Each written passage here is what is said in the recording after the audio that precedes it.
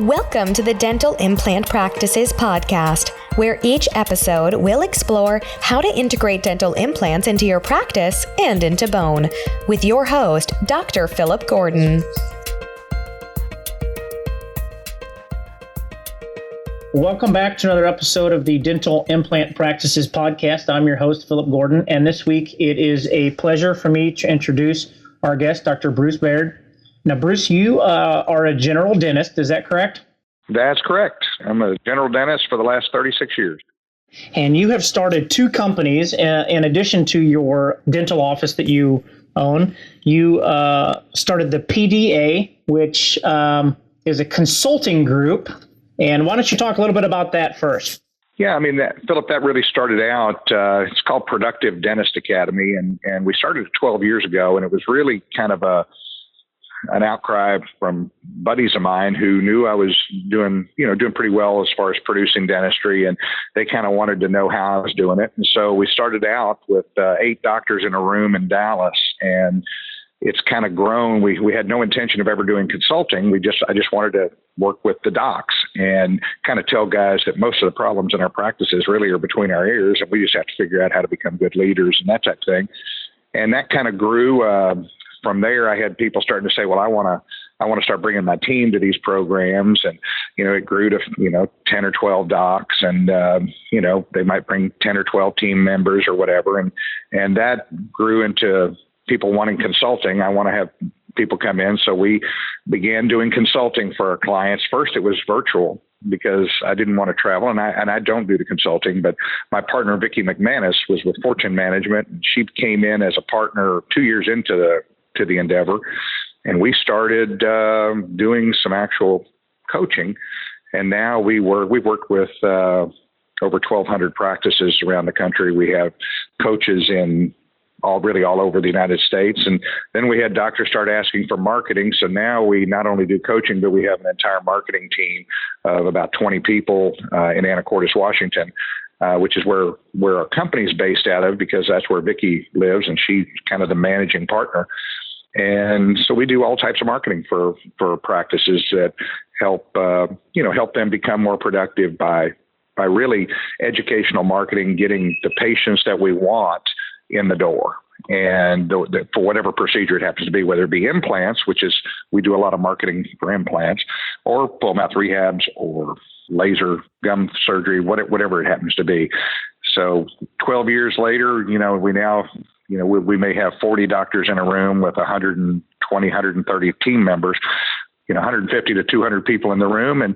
And what we find is that doctors, once they understand the proper way to, the proper verbal skills on how to talk to patients, and they get the right way of scheduling it, pretty soon they start increasing, our average doc, goes up 300 an hour, which on a 1,600 hour year, that accounts for about $500,000. If they stay with us over a 5-year period of time, they're well over $1 million in increased productivity. And it's really not doing much difference, just getting patients to say yes to treatment when they might have been saying, let me go home and think about it. And so that's really what we do. Great. Now, would you say that Productive Dentist Academy, is that kind of team focused, team training, coaching, teaching the dentist how to hire and fire, scheduling, getting patients to commit to treatment? Are those systems based, inter-office systems? Is that kind of what the point of that is? It's not so much, it's not so much learning how to hire and fire, although our coaches help our practices with any questions that they have about anything that has to do with the practice. But our main focus is to help doctors increase productivity and have the team be on the same page with them. And so, it's mainly scheduling, again, how to answer the phone. So yes, we work through the systems of the practice, but most of the times if we hit, service mix with the docs, we work on, it's not about how to do things faster. A lot of people kind of lose sight of the fact. They think, oh my gosh, I'm just going to have to do faster dentistry. That's far from the truth. You don't have to do any faster dentistry. You just have to do more dentistry. And when you get to do more, speed never really plays a role, not in today's marketplace. Yeah, so you're getting the team and the systems better, so the dentist spends more time doing dentistry and less time doing things that aren't important or aren't producing money. You bet. Absolutely. And I didn't become truly productive until I started allowing my team to do the things that they're able to do. And I'm in the state of Texas, which has pretty tough rules. And, I let them do everything that they're able to do, and they love doing it. But they run my schedule. They run my show. I'm just the leader. And when I say leader, learning to become a leader is when you learn to hold people accountable for the things that you want them to do, but you don't have to do it for them. And that's probably made the biggest difference in my career over the last 12 years to 15 years, is empowering the team around me to be the best they can be, to be uncommon, to be something that is special. And they enjoy coming to work. Whereas 30 years ago, I was not a fun guy to work for because I wanted it to be done my way or the highway.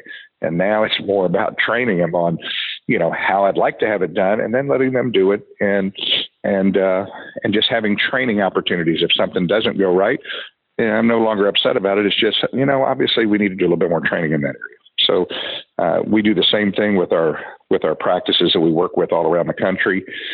And, the proof's in the pudding when you're making more money, when you're taking care of more patients. I mean, I only have two goals when I'm working on patients. Number one is to take great care of the patient. Number two is to reach my goal, whatever that is. And that's something we hammer over and over again. Money always takes care of itself when you take care of the patient, but you need to structurally be ready to make money and know how to make money. And over the years, we've had, like I say, over 1,200 dentists come through.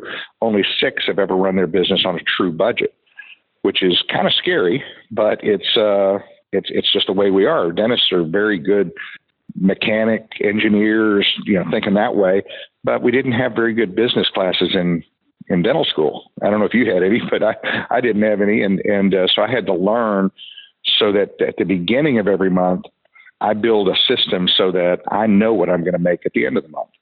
If I follow my goals and I reach my goals and I have a budget for my expenditures, I am pretty well guaranteed that this is what I'm going to make. And that's kind of the way we look at things. Now, that business venture led you into your other business that you started, your other corporation, the Comprehensive Finance. Tell me how that started and kind of what gave you the idea for that and where that's headed these days. You bet. Well, I mean, it was 2008, everybody knows what happened. And I was doing a lot of dentistry, but I started noticing that people were, their credit scores were beat up. They might have cash, but they wanted to hang on to it because nobody knew what the future held. And so some of the big cases I wasn't doing near as many anymore. So, I started rethinking, and my partner, Jeff Buski, and I were driving back from a meeting in Dallas, and he asked me a question. And this is, again, 8 years ago. He said, if we could get $2,000 down payment, could we finance ortho? And I started thinking about it. I said, well, how much do we have in it? I don't do ortho, but I said, how much do we have in it? Meaning, what are our hard costs? He said, about $400. And I said, what are we charging? He said, $5,500. And I went, wow. First thing my thought process was, well, gosh, what about all the people that don't have 2,000? If we could just cover our hard costs, that's pretty much a team-driven procedures. And gosh, it seems like I could get my team really busy doing that stuff. I also started thinking about, well, what if I do a lot of CERAC restorations, CAD/CAM, and it's a $30 block, and I'm charging $1,200 for it. And I'm letting people walk out the door because they can't pay me cash up front. And so I really began, I spent the next 36 hours after I got home with Excel spreadsheets just trying to figure out, why don't we do financing ourselves? Why are we counting on a third party to do it for us? And what I realized was 95% of the people in the United States make monthly payments, and they don't miss. And the people, I always ask the question when I'm speaking is, when do banks loan you money? When you don't need it. And that's really, the big thing is Care Credit has 85,000 guys that use it in their office. And they've been taught to say, we have interest-free financing available for you. Well, that's great. 12-month interest-free, and you're going to take a 10% hit. So instead of getting 10 grand, you only get 9. People say, yeah, but I got my cash now. Yeah, but if you didn't offer that, you'd have a 300% increase in your cash payers. Because these are people who already have cash. They could pay you, but you're you're basically telling people, pay them 12 months interest free, and I'm going to take a 10% hit. Made no sense to me. So then I started looking at, what about doing our own financing? What would I want if I was doing my own financing, and why have I never done it before? Number one was, I don't know what the rules are. I don't know what the rules are for charging interest and doing loans. And I've been told from the podium, don't be the banker. And I have to admit, I'm one of those guys that for 15, 18, 20 years have been telling people, don't be the banker. Well, I'm willing to admit now I was totally 100% wrong, but I'd been taught not to be the banker by the third-party financing who want to be the banker. And so if we look at the reasons why we don't do it, and the final reason we've never done it is, what if they don't pay me? And that's the big thing. Everybody says, well, what if they don't pay me? Well, the truth is, banks understand that interest offsets risk. And when interest offsets risk, if you do one loan, and what I wanted to have for my own office was a third party doing the financing that appeared to be a third party, but yet I was in control of the approvals, disapprovals, and they were in control of collecting it. My team didn't have to worry about it. And so that was really the birth of comprehensive finance. What we do is we work with over 2,000 dentists around the country now. We've done over $100 million in loans. And then when I say a loan, there's no money transferring, so we don't fall under Dodd-Frank. What we do is we have the software. You go in and do an application. We find out if a patient's approved. We don't just look at their FICO score. We also look at their checking history. We find out, have they been writing, NSF funds? Are they good stewards of their money? And what you find is 85 to 95% of the people are good stewards. They're going to make their monthly payments. So we give you an approved sign. Yes, it's good to approve this patient. Then what you do is you get a down payment. We recommend getting a down payment that covers at least your hard costs. That might be 10%, it might be 20%. It just depends on the procedures you're doing. But I certainly say get as much down as you can. The rest, you can have convenient monthly payments. The convenient monthly payments are paid to you with interest over whatever the term is. A lot of people say, well, I don't want to go any more than 12 months. Well, think about it. You're making interest now. You're on the other side of the equation. I don't mind letting people pay me for 60 months. And why is that? Because I make a whole lot more money. And if you do one loan, you're either going to be successful or not successful. If you do 50 loans, guess what? The interest off the people who are paying monthly offset any defaults that you have. And sure, you're going to have every once in a while somebody defaults on a note, but I could care less. As a matter of fact, I usually write the patient a letter saying, Bob, I know things are really tough for you right now. I'm relieving you of this debt. And, God bless you. I hope everything works out. I'm still your dentist. Please let me know if I can do anything to help. But I've relieved their debt. Now, how long does it take for me to do that? We go through 90 days of soft collections. We try to collect it, and we're pretty darn good at it. With all due respect, we don't want the offices that we work with to do the collections because we're a lot better at it. I mean, we've got experts that's what they do. We get 97% of the patients that miss a payment, we get them current within 21 days. And so our default rate is running somewhere around 3.8% at the current time. Well, 3.8% default is nothing. And especially when you're charging anywhere from 0% interest to 17.9% interest, what you can see is with defaults and the fee that you pay comprehensive finance, you're going to be making a whole lot more money than you've ever made. The other part of it is most of these people were going to say no anyway. Philip, I'll use one example. You have a patient that comes in, Gordon Christensen says 9 out of 10 crowns now are done one at a time. Why is that? Well, you go in, you tell the patient they need 5 crowns. Patient says, how much will my insurance cover? Your team member there, because they're nice, and they say, well, your insurance, they're prepared. They say your insurance is going to cover $1,500 and your portion is going to be $3,500. The next thing out of the patient's mouth is, gosh, can we just do one? And your team member says, well, sure, we can just do one. And that's why 9 out of 10 crowns are done one at a time. In my office, we do it a little differently. They say, can I just do one? We say, well, you could, but you don't really want to do that. Why don't we do this? Why don't we use your $1,500 as a down payment, and let's work out some convenient monthly payments on the other $3,500. Now I'm doing 5 crowns instead of 1. On the first scenario, when they're just doing 1 crown, the patient actually has to come out with $500 or $600 out of pocket. The insurance companies laughing their butt off because they get to keep money. They only are paying $600. And so they get to keep another $900 that you never see. With this philosophy, you get the entire $1,500. And not only do you get that, you get short duration, high yield paper that's paying you over whatever the term is. I'd much rather have $1,500 because I can do 5 crowns and, a little longer than it takes me to do one. But now I'm also allowing the patient to get work done that they really need to have done. We're not doing any favors doing 1 crown at a time for a patient. I think you'd agree. You just look down the road and my insurance will cover it next year. Well, now it's a root canal. Now it's more. And dentistry is not getting cheaper. And that's really what started it. And like I say, we've done over 100 million in notes. We've worked with over 50,000 patients, and it's something that is, it's kind of taken over. We're the fastest growing, I'm going to call it a finance company, although we're just servicing paper that the doctor holds, if that makes sense. Yeah. Bruce, that's great. I think you definitely talked about 2 of the 3 main problems I see in dentistry. One is the lack of training or business training or systems. And so your Productive Dentist Academy covers that. One main hurdle is patient finances. And so you've got another system, in place for that. If you could just come up with some psychiatric consulting, we'd nail down the other biggest problem is people being afraid of dentists. But if we can have systems in place and take away the financing, that removes a lot of barriers.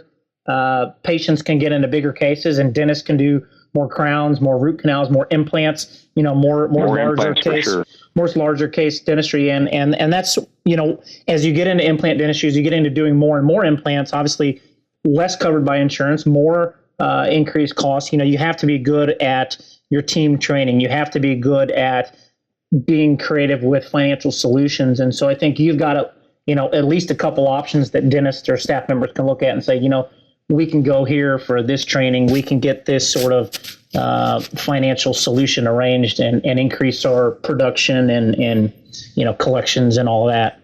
You bet. One of the funny things is when I tell them, oh, you could do one, but Dr. Baird could give you a couple pills, you could snooze, and you could have them all done at one time. I've never, not one time, had a patient say no to that, because they don't have to come out of anything out of their pocket. The $1,500 comes from their insurance, and they'll make monthly payments all day long. And so that's the psychological part that I do. So just give them some pills, and they're going to snooze.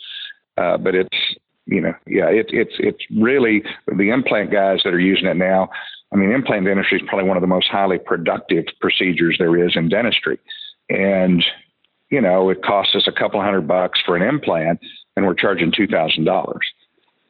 So people say, what about the people that don't get approved for the financing? What do you do for them? I said, well, it depends. If I have a patient comes in and I tell them they need to have 4 implants, and we have sent, what we do is it'll say approved or it'll say call for manual approval. That means we need to tell you about this person. They've got some problems and we need to tell you about it. You still get to make the ultimate decision whether you want to approve them or not. From our perspective, I've got 4 implants I want to do. I've got a patient that's going to be $8,000, and they go, man, I wish I could do that, but all I have is $5,000. I go, okay, well, why don't we do this? Why don't we use your $5,000 as a down payment? We'll work out some convenient monthly payments on the other $3,000. And the truth is, it's going to take me less than an hour to put in 4 implants, and that's $8,000 an hour in production. So if they don't pay me the $3,000, my production per hour is massive, even without them paying me. And if I do 10 patients like that, truth is, I'm going to get a majority of them to pay, and I'm going to make more money either way. So I always look at if my down payment per hour is higher than my regular production per hour, then I'm good to go. I'm going to do financing no matter what their credit score shows. Yeah. And I think, you're going to find that even if you're not doing that financing, there's it's that same 5 or 10% that was going to default on you anyway. So it's, you're not changing who's going to default. You're just changing, how much you're going to get down initially and get more cases accepted, which ultimately is going to mean you're going to get more profit. So you bet. And that's kind of interesting because, doctors would rather sit and stay on Dental Town than they would. Nothing wrong with it. That's how we started both companies, is basically telling guys about it on Dental Town, but they'd rather sit on Dental Town than actually do dentistry. And for me, I'm more than happy to do financing. You cover my hard costs, And it's not like I'm doing it on every patient. We might do 5, 6, 8 patients a month, but it changes our productivity because remember, they were going to do 1 crown. Now they're doing 5. And this is all additional revenue that I was never going to make. We actually have some practices that make more now in their down payments than they used to produce. So that's basically a 500% increase in their regular production. So it makes a huge difference for implant guys because that's where you can start racking up some pretty big numbers. When you start diagnosing implants and crowns, and I mean, it's not hard to get into the $30,000, $40,000, $50,000 range. And the patient may have $20,000 to put down, but they may not have the whole 50. So that's when I look for help, and that's where we can use the financing. That's great. Now, why don't you talk to me a little bit about some clinical dentistry? I know you've been a general dentist for how many years now? You said 36? 36 years. Yeah. How long have you been in the implant game? How long have you been placing implants? I guess what I mean by that, not just restoring them. Yeah. 36 years. So excellent. I was, You're one of the pioneers then, huh? Well, one of my instructors in dental school was a guy named Raleigh Mefford, and he was, I was going up and helping him, doing some assisting when he was placing vitreous carbon implants back in 1978. And then I went in the service. I went in the military, and I still had gotten to do some implants, even, with Dr. Mefford. But then when I got out of the service, I was in for 4 years. When I got out, the first person I called was him. And he said, I asked him, where should I go to get training on implants? Because he knew I was very interested. I got a lot of surgical training in the service. I got out, and he told me to go to the Alabama Implant Study Group, which was a group that used to have 1,000 people coming to it. And these were all general dentists. This is before the oral surgeons and periodontists even were doing implants. And these are guys from the South, from Alabama, Mississippi, Florida, Georgia, Pennsylvania, New York. There were these groups of GPs who had been doing implants. And that's where I went. And these guys have been doing implants for 30 years when I was seeing them. And they were in their 60s and 70s, my age now. And I was amazed at what they were doing. And then I followed that up going through Carl Mish's program. I just saw a picture of our graduating class. I think it was 89. And of course, Carl is one of the greatest teachers in implants that's ever been around. So, but that's kind of what got me started in implant dentistry. I knew that there are better options than partials, better options than dentures. And I do a lot of different kinds. We've placed over 10,000 implants in the last 36 years. And, it's not that I do them all day long every day. It's not that I market just implants. I take care of my regular general dentistry patients. I do, they come in for dentures. We convert them into doing implants, sometimes implant supported, sometimes implant retained. And so we look at all the different options for patients, but it just gives us one more tool in the toolbox to be able to offer our patients. Yeah, that's great. Let's talk a moment about, like you said, dentures there. How are you doing implant supported or implant retained dentures these days? Are you doing a lot of over dentures? Are you doing a lot of screw retained hybrids? What's, and I know you probably don't have one particular method that you follow. What are the trends, or what are you seeing a lot of, or what are you doing in your office mostly for the full arch, I guess? Sure. A lot of, everybody's, the all on 4 or all on 5 or all on 6 is kind of the going trend right now. And I was doing a lot of those in the mid 80s, early 90s, where we would do, screw in hybrids. And, we did a lot of them. The biggest problem we had with those back then was just cleaning them, just keeping them clean. And so my tendency is today I'd lean a little bit more into, if I've got a patient that has severe atrophic mandibles, that's where I'm going to do more than likely some type of snap-on denture where we might have some locator attachments, put 4 on top, maybe 2 or 4 on the bottom.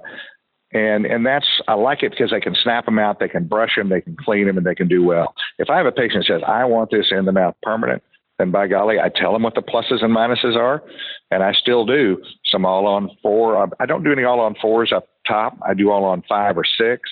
On the bottoms, I'll do an all on 5 or an all on 4. And so I do those, if that's what they want, but I tell them they're harder to clean. I don't care. That's what I want. But the trend for me is probably leaning towards kind of a simpler solution for them to be able to clean it in the long haul. And I don't know if you've ever taken out those, where you unscrew the hybrid and you look under it and it's got, groceries from the last 2 weeks under it. And, I don't know. I'm just not sure there's different strokes for different folks. But if I've got a patient who has very minimal vertical loss, and let's just say it was decay problems and we took out all their teeth, if I'm going to convert them to something in the mouth permanent, it's going to be fixed prosthetics. It's going to be fixed crown and bridge. Yeah, we might have some pink porcelain on there, but I want to go with fixed crown and bridge, a little easier to clean, much easier to support. So that's been my trend. I am actually a guy who still does a few subperiosteal implants. I probably do one a year. I'm fixing to do one here pretty soon where, it's the perfect option for the patient. And over the years, we've done unilateral subs. I don't do any maxillary subs, but it's a great alternative for patients who need that particular service. We're still using techniques that we started doing 30 years ago, and they still work just the way they did back then. That's fantastic. I definitely love using some kind of locator removable if possible. I think for a lot of reasons, as you said, it's cleansable, it's repairable. There's less moving parts, and it definitely keeps the cost down. Lab costs are substantially less for the patients, and so you get a lot more people into that kind of thing. And the usability and wearability is substantial over just regular dentures. So all the headaches are reduced. You bet. I'm always telling my patients, upper dentures, 85% of people that wear an upper are happy with them, but only 17% are happy with a lower. That means 83 out of 100 hate me if I make them a lower denture. And that's how I kind of convert them. I said, at the very least, I'm going to recommend 2, but I'm also going to recommend 2 up top on each side, and we can get rid of the roof of the mouth.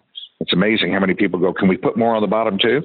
Sure. That's not a problem, and so I guide them along that direction. So that's the thought process.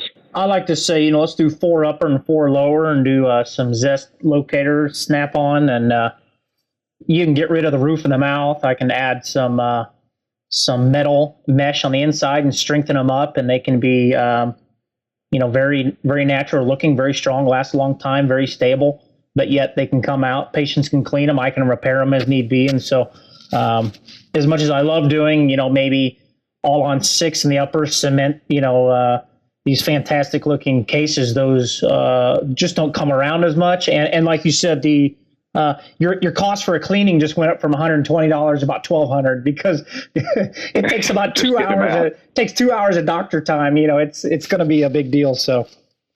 I know. And I always forget to tell them it's going to be that much. So I always do it for the old 150. So it really bothers me when I do it that way. So, so true. So true. Now, tell me about your use of CBCT or cone beam technology and surgical guides. Are you doing much of that in your practice, or do you recommend much use with that? Well, I think you have to have cone beam if you're doing implants, in my opinion, or you have somebody right next door to you that has one. But I find so much endodontic abscesses that I wouldn't have seen. But also when I'm planning cases, I had the first generation iCat. It's been probably 15 years ago. Then I had the second generation iCat. And then we now use the Galileos, which kind of connects in with our CERAC. I don't do a lot of surgical guides. If I'm doing individual teeth or 2 or 3, I probably won't make a guide because I've been doing them for so long. If I'm doing a case where I'm doing an entire upper arch and I need to have these implants in exactly the right position, that's when I'll use N-Sequence Lab up in Reno, Nevada, and work with them on exactly where I want to place these implants and exactly what it's going to look like. And so if I do a guide, it's usually going to be a full arch guide instead of individual teeth.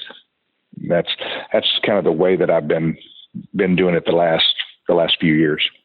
Yeah, when you're doing that CBT. Sure, yeah, when you're doing those full arch cases, you want to make sure your draw and parallelism and your spacing is correct and all that. You could be you're working in thinner bone and or things have to be done very precise.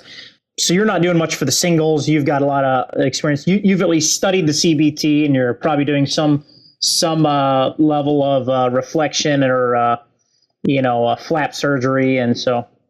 It's not like you're going in blind by any means. Oh no, we used to do, of course, on anything on the mandible, we'd have to flap the entire thing, go down and measure from the foramen up. So I would actually take calipers and measure it. So I knew exactly where we are. Now we have panorect. The regular routine pano is anywhere from 20 to 40% distorted, whereas the CBCTs are, they're so much more accurate. So if I have a wide ridge and I have a lot of attached gingiva, I'll go right through the tissue. No problem there. But, now I'm using a lot of, plasma-rich fibrin. I'm using PRF. So we'll spin the patient's blood. We create their own matrix of bone, the fibrin. And so I'll flap those cases. If it's real thin, we'll make what's called sticky bone and put it on the outside of the ridge, flap it back up, suture it back up, and then let it heal. So I'm using a lot of that now. We're doing actually a lot more of that, even with extractions. I tell a patient, the best bone I can build for you is it kind of comes from your own cells. And so what I recommend is that we draw your blood, spin it, create your own fibrin, fill up the extraction site, and guess what? You're going to have bone there in about 6 weeks. And the truth is, it's pretty hard bone in 6 weeks, whereas I would used to graft them with tricalcium phosphate or whatever it was. And then I would find that I'd still put an implant in maybe at the 8-week mark, but there'd still be a lot of graft material in there, and then I'd have to let it set longer. But I'm using that PRF a lot, even when we're doing sinus, subantral lifts or, lateral Caldwell-Luck, procedures. I'm using that to fill up the sinus, and new bone is growing like crazy. So I love that technology too. Yeah, there's a lot going on in that field. I have yet to jump into that myself, but more so just I haven't gone down that road yet. I know it works, and I understand all the physiology behind it. I'm just kind of waiting to take my next course and buy some equipment, doing all that. I'm just sticking with the conventional grafting at this point, but sure. Love the idea of doing that. Yeah, I get a lot of education on Dental XP. I love that. I love those guys. There's lots of good training, surgical training. And I don't know if I'm pronouncing his name right, Chukrin or whatever he is from Nice, France. He does some really nice hour-and-a-half programs on there that you can listen. And he walks you through the physiology, walks you through everything. And it gives you this, if you're already surgically adept, then it all automatically allows you to start doing things that by just making a few changes. And so that's why we do that. Yeah. That's what we're doing. That's going to be an easy plug and play. It's just kind of, working your systems one at a time. You can only add so much onto your plate at once, but yeah, I'm definitely excited to get into that. So you got that right. What are you excited about within this next year? What are you curious about the tail end of 2016, the first of 2017? What's on your to-do list for oral surgery or implantology? I'm just continuing right now to follow some of the new protocols with the grafting that we're doing now. We're finishing up cases, and I'm going back in and placing implants in areas where we've done grafting. So I'm very interested in, seeing how the bone looks and, seeing if what in fact we've learned over the last couple of years is actually true. I know it is in individual areas where I've done it, but some of the full arch cases we've done, we're just now starting to uncover. I uncovered one of them today, and it looked great. So that's, for the rest of this year and early next year, that's probably what I'm looking at. There's one other technique, which is where they're grinding teeth up, and that becomes the grafting material along with PRF. So that's a whole new concept, but the guys who are doing it say that's the ideal materials because it's the patient's own stuff. It's their own DNA and it's their own stuff, and it grows bone at it's super dense. So I'm going to probably jump into that at the beginning of next year, just to try it and see how I like it. And it kind of cuts back on our, $2,000 a month grafting bill. So if I just grind up their tooth and use it as they have techniques for it and everything, obviously, but that's what I'm looking at.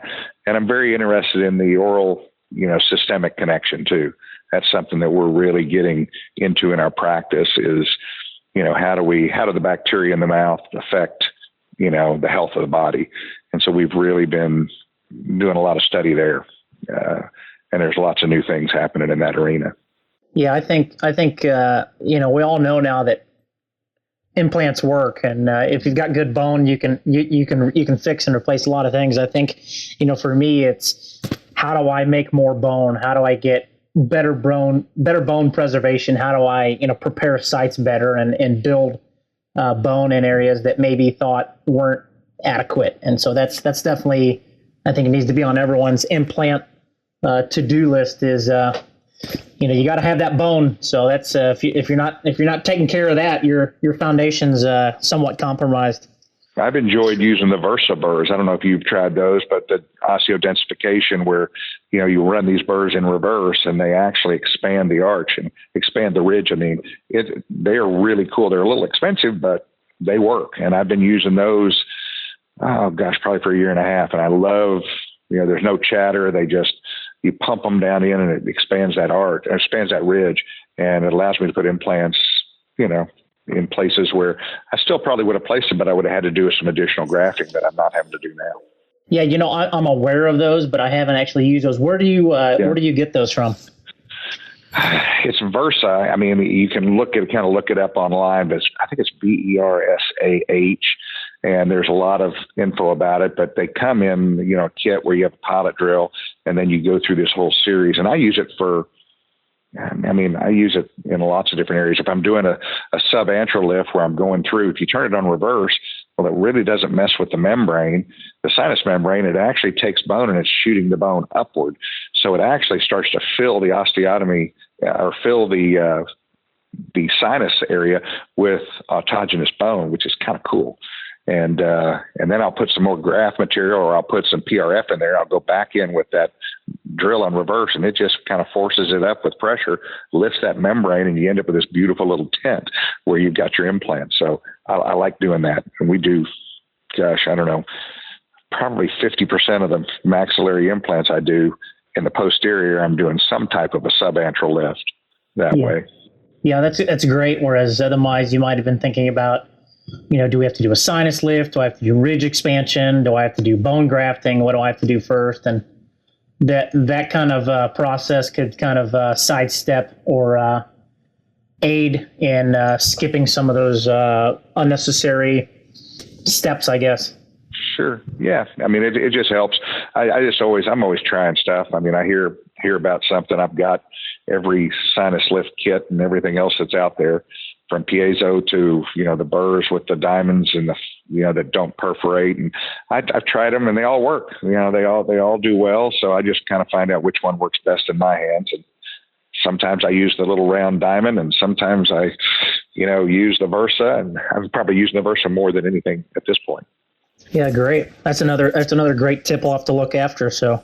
Yeah, it's fun. Like I say, I'm always, and then you end up with stuff that you try that you don't like, and it ends up in what I call the dental boneyard, which is, either up in the attic or whatever, and you go back 20 years later and you go, yeah, I remember that, so it's kind of fun to see what I've bought over the years, what I used and what I haven't.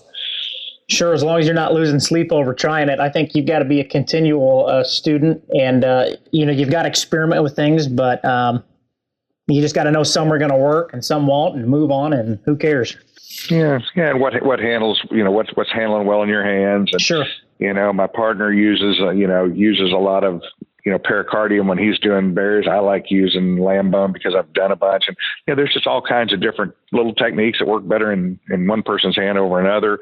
And the guys that I've trained with over the years they teach you how to fish, they don't just teach you one way of doing things. And so it gives you the freedom, being in the service and doing lots of surgery, it just gives me the freedom to say, okay, let's try this, let's do this.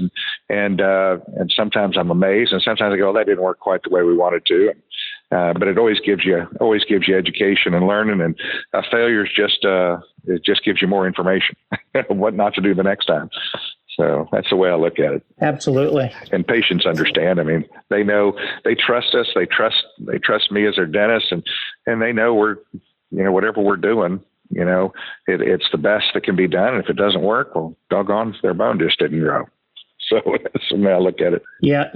As long as we're doing the best we can for our patients, I think a lot of times they get that, and they know. Yeah, that's for sure. If you were talking to general dentist, general dentistry or implant dentistry alone, what would be the 3 best practices that you have for them? I really believe that the thing that's made the biggest difference in my career is when I began explaining to patients during the examination. I use the, John Coyce's risk factors.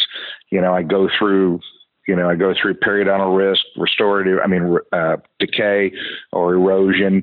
I go through functional risk, bite. I go through aesthetic risk. I then go into, and I added a few, physiologic risk, which I look at sleep apnea, and then psycho risk, which is this patient crazy? Do I really want to work on them? But I go through this entire little scenario when I'm doing my exam. And at the end of the exam, I really haven't even started looking at their teeth yet. I've just been looking at their risk factors. And when I'm finished with just that portion, most patients say, gosh, this is the best exam I've ever had. Why has no one else ever gone over this with me? And I said, well, you know what? We just know more today than we ever did. But what I don't want to have happen is I don't want you to lose money here. If you're going to have something done, I'd like for this to be something that's going to last the rest of your life, or at least has a chance to last the rest of your life. And the patients are absolutely.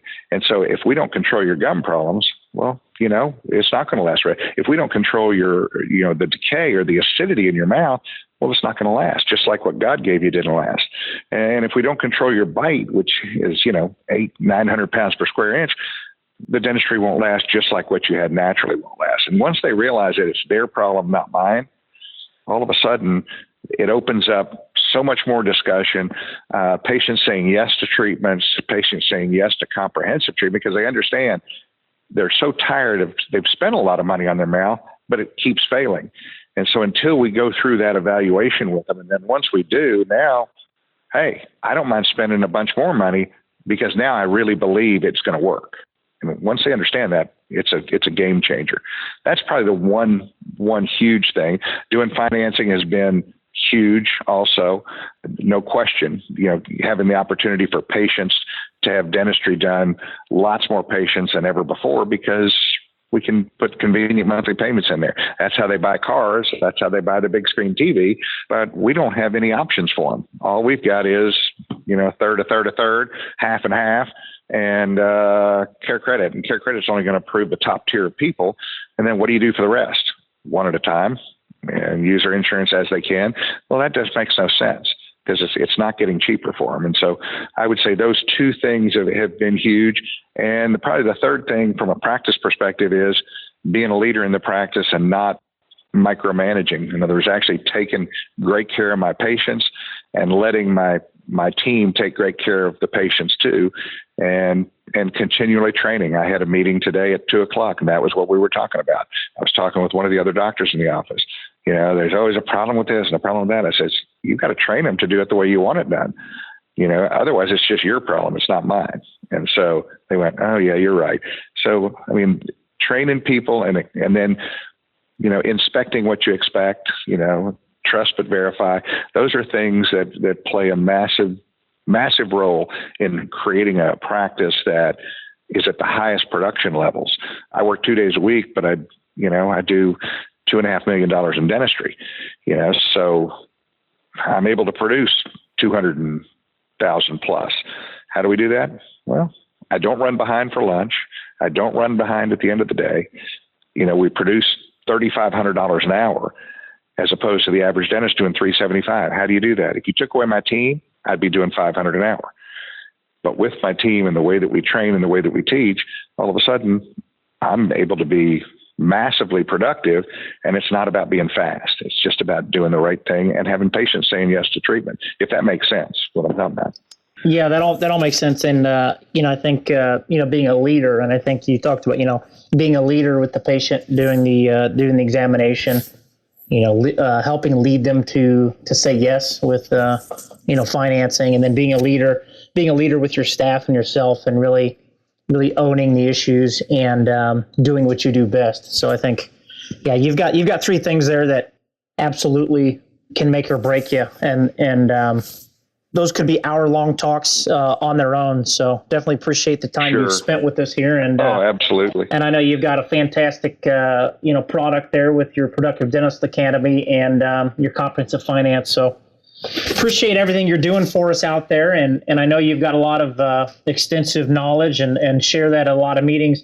If somebody was wanting to get a hold of you or catch you at a meeting or, inquire about your either of your services, what's the best way for people to get a hold of you or to get a hold of someone with your team? The best thing to do is, I don't remember the phone numbers. I'm one of those dentists that doesn't even carry a business card with me, but productivedentist.com. You go to that and it's our entire website. It has testimonies. It just has a bunch of stuff on there. You could go to Dentaltown and look at the Productive Dentist thread. It's one of the largest threads ever on Dentaltown. You could go there and kind of get an idea of what we're about. Comprehensivefinance.com is the other company. So productivedentist.com and comprehensivefinance.com, you'll have all the information on cost and timing and all of that. And really what we do, it's pretty well spelled out in both those websites. And so that's where I would go if I was looking for it. Perfect. Yeah, appreciate it. So thank you for your time here. And well, thanks so much for having me. I really appreciate it. Yeah, thanks for taking my call. And I know I was chasing you down all week trying to get a hold of you. So thanks for being flexible. And we'll maybe meet up with you sometime if I'm down there in the Dallas area. I hope so. Just give me a call. It'd be great. Thanks, so much. Yep. Bye-bye.